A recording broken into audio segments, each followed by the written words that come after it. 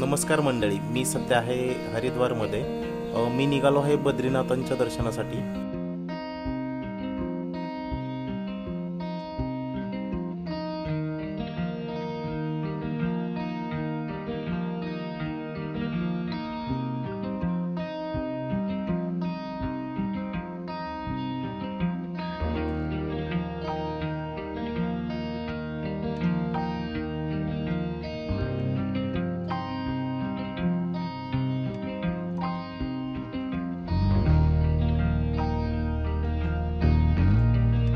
आम्ही सध्या पोहोचलो आहोत योगनगरी ऋषिकेशमध्ये आणि आम्ही आता निघालो आहोत गंगा आरतीसाठी.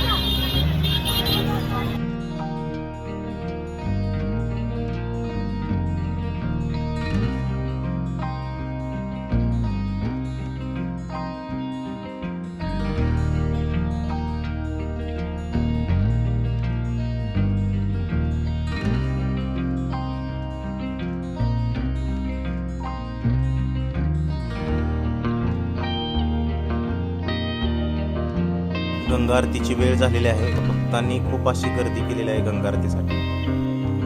हिमालयाच्या कुशीत वसलेल्या ऋषिकेशमधील पवित्र त्रिवेणी घाटावर येथे दररोज संध्याकाळी होणारी गंगा आरती हजारो भाविकांच्या अध्यात्म, श्रद्धा आणि भक्तीचा अनोखा अनुभव देणारी ठरते. चला तर मग आपणही अनुभव या दिव्य सोहळ्याची अलौकिक झलक.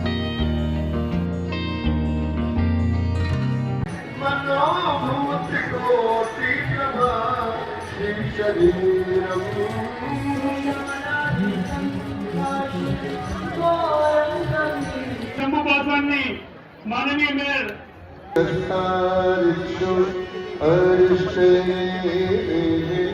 स्वस्तेनो बृहस्पतिर्ददातु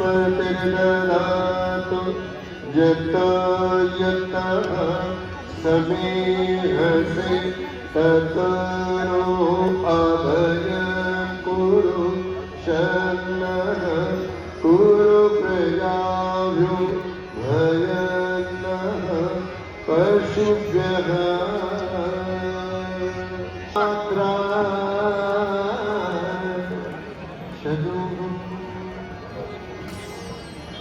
विगते विषय कृष्ण गंगे माँ गंगे माँ गंगे माँ गंगे माँ गंगे माँ गंगे माँ जय गंगे माता मैया जय गंगे माता जो नर तुमको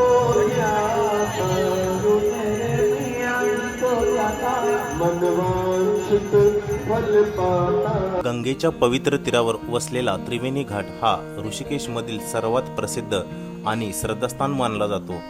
मान्यतेनुसार येथे गंगा, यमुना आणि अदृश्य सरस्वती या 3 नद्यांचा संगम आहे.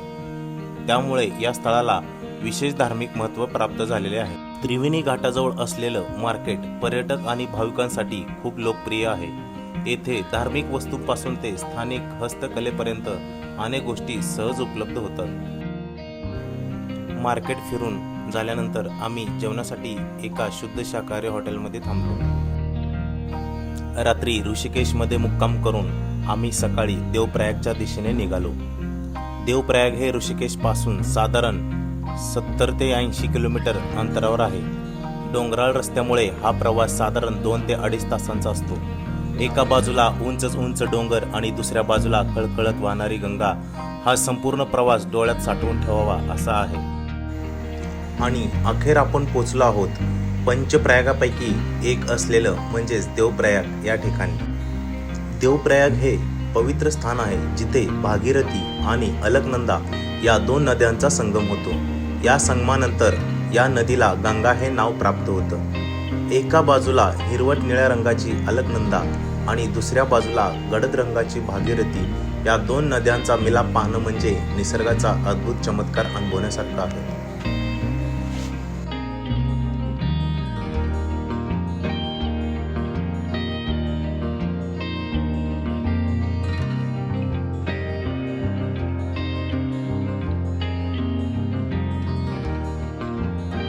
येथील शांत वातावरण मनाला एक वेगळाच समाधानाचा अनुभव देतं.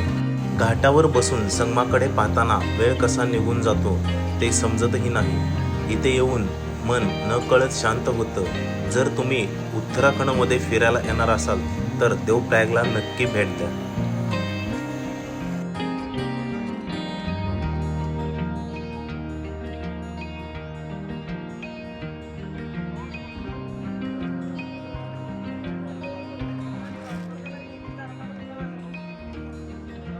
मित्रांनो, आपल्याला इथे आपल्या चॅनलचे काही सबस्क्रायबर भेटलेले आहेत. आपण त्यांना विचारत आपले व्हिडिओ कसे वाटतात. Mallar is a very good person. He's a very nice person. He take good videos, good photographs. Please follow and subscribe. Yes, please follow and subscribe. Thank you. Please like, share, and Yes, good. Where from you? We are from Ahmedabad, Gujarat. Okay, nice person, good person, nice. Ravi Chauhan. Enjoy Devprayag, a very good place. Bhagirathi और अलकनंदा दोनों का संगम है इधर. बहुत बढ़िया place है, एकदम ठंडा पानी है. जाके हम लोग आए हैं, थरथराहट हो गई हमको, फिर भी हम लोगों ने भोलेनाथ का नाम लेकर डुबकी लगा दी भाई. क्या जय गणेश Thank you. भैया. जय गंगे मैया. Thank you. जय श्री राम.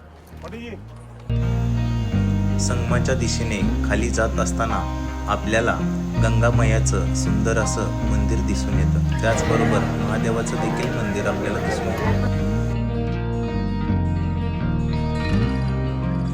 संगमावरती आंघोळ करून आम्ही निघालो बद्रीनाथच्या दिशेने.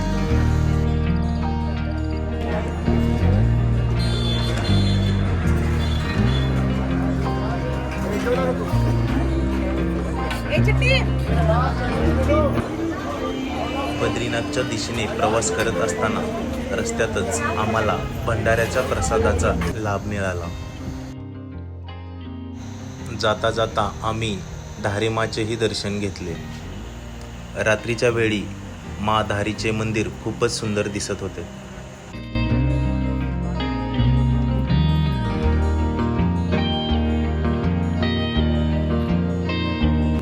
रात्रीचा मुक्काम करून आम्ही पुन्हा बद्रीनाथच्या दिशेने निघालो.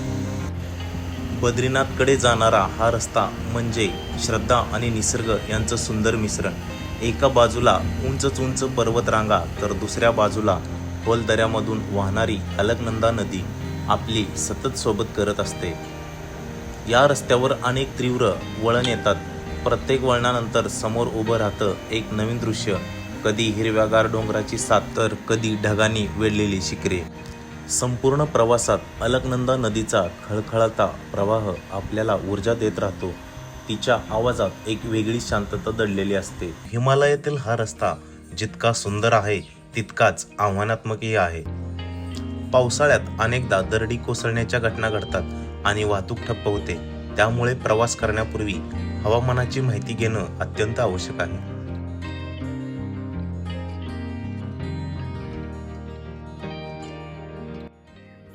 बद्रीनाथच्या पवित्र भूमीत पोहोचताच सर्वप्रथम मन मोहून टाकतो तो हा हिमालयाचा अद्भुत नजारा. पांढऱ्याशुभ्र बर्फाची चादर पांघरलेली शिखरं, थंडगार वारा आणि आजूबाजूला पसरलेली शांतता हा अनुभव शब्दात सांगणं खूप कठीण आहे. असं वाटतं की आपण पृथ्वीवर नसून थेट देवभूमीत आलो आहोत. या बर्फाच्छादित पर्वतांच्या साक्षीने लाखो भाविक भगवान बद्रीनाथांचे दर्शन घेण्यासाठी येथे येतात. मित्रांनो, मी सध्या उभा आहे माना गाव या ठिकाणी. बद्रीनाथ धामापासून अवघ्या 3 किलोमीटर अंतरावर वसलेले हे गाव म्हणजे माना गाव. एकेकाळी भारताचे शेवटचे गाव म्हणून ओळखले जाणारे हे ठिकाण आज भारतातील पहिले गाव म्हणून प्रसिद्ध आहे.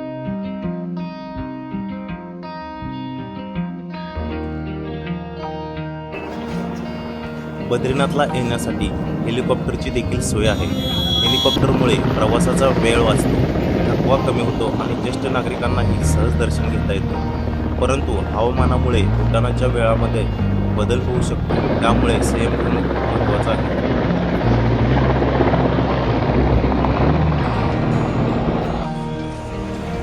नमस्कार मंडळी, मी सध्या आहे बद्रीनाथमध्ये.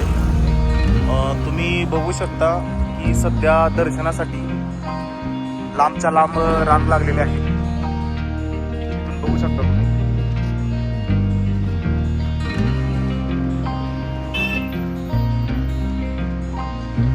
आता मी चाललो आहे मंदिराच्या दिशेने. श्री बद्रीनाथ मंदिराच्या दिशेने जात असताना आम्हाला बागेश्वर धामची सर्वात मोठी ओळख म्हणजे धीरेंद्र कृष्ण शास्त्री महाराजांचा दिव्य दरबार भरलेला पाहायला मिळाला.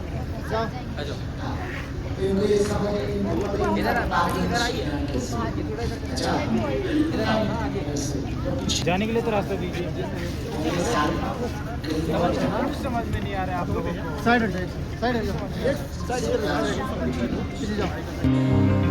मंदिराच्या दिशेने जात असताना आपल्याला नजरेस पडतो तो सुंदर असा वॉटरफॉल.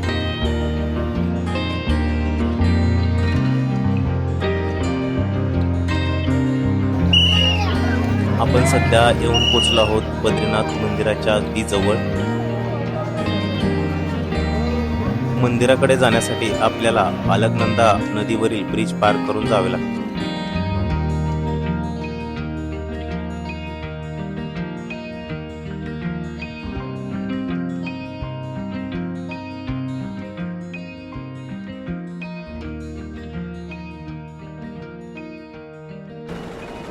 नमस्कार मंडळी, मी उभा आहे 4 धामपैकी एक धाम असलेलं म्हणजेच बद्रीनाथ मंदिर या ठिकाणी. आणि माझ्यासोबत आहे माझा मित्र राहुल भोसले. भोसले, कसं वाटतं येऊन? अतिशय सुंदर, मस्त असं निसर्गरम्य वातावरणात एकदम थंड, इतका थकवा आलेला असूनही जाणवत नाही, इतके असं मस्त वाटते. तुम्ही माझ्या पाठीमागे बघू शकता, इकडे खूप छान असं मंदिर आहे. बद्रीनाथ हे भगवान विष्णूंच्या 108 दिव्य देश अवतारापैकी एक असून वैष्णवांच्या पवित्र तीर्थक्षेत्रापैकी एक आहे. बद्रीनाथ मंदिरासोबतच बद्रीनाथ शहर हे योग, ध्यान, बद्री, भविष्य बद्री, आदि बद्री आणि वृद्ध बद्री या पंचबद्री मंदिराचा देखील एक भाग आहे. बद्रीनाथ मंदिराचे मुख्य प्रवेशद्वार रंगीबेरंगी आणि भव्य असून ते सिंहद्वार म्हणून प्रसिद्ध आहे. हे मंदिर अंदाजे 50 फूट उंच असून त्याच्या माथ्यावर सोन्याचा मुलामा असलेले छत, एक छोटा घुमट आहे. बद्रीनाथ मंदिर 3 भागामध्ये विभागलेले आहे. एक गर्भगृह, दर्शन मंडप जिथे धार्मिक विधी केले जातात आणि सभा मंडप जिथे भाविक एकत्र येतात.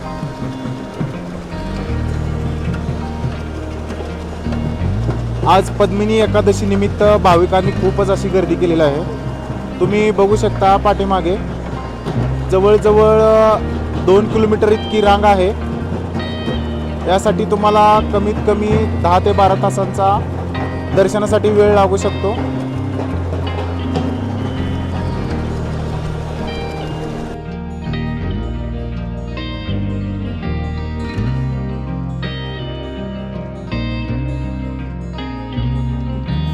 मित्रांनो, अखेर आपण भगवान बद्रीनाथांच्या पवित्र मंदिराजवळ येऊन पोहोचलो आहोत. समोर दिसत असलेलं हे भव्य आणि आकर्षक मंदिर हिमालयाच्या कुशीत नर आणि नारायण पर्वतांच्या सानिध्यात वसलेलं आहे. अलकनंदा नदीच्या पवित्र तीरावर उभं असलेलं हे मंदिर हिंदू धर्मातील 4 धामापैकी एक अत्यंत महत्त्वाचं तीर्थक्षेत्र मानलं जातं. मंदिराच्या परिसरात पाऊल टाकताच ओम नमो नारायणाय चा जयघोष कानावर पडतो आणि मनाला एक वेगळीच आध्यात्मिक ऊर्जा मिळते.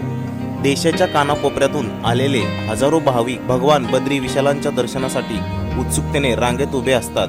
मित्रांनो, मीही तितकाच उत्सुक आहे भगवान बद्री विशालांच्या दर्शनासाठी.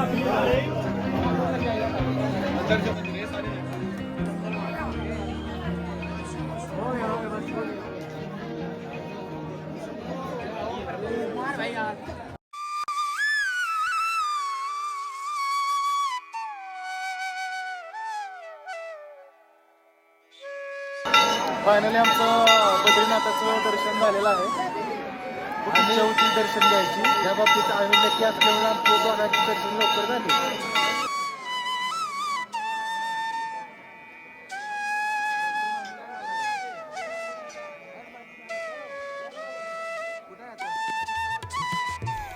जर तुम्हालाही अशी धार्मिक आणि प्रेरणादायी यात्रा आवडत असेल तर व्हिडिओला लाईक करा, चॅनलला सबस्क्राईब करा आणि बेल आयकॉन दाबायला विसरू नका. बोला बद्री विशाल की जय.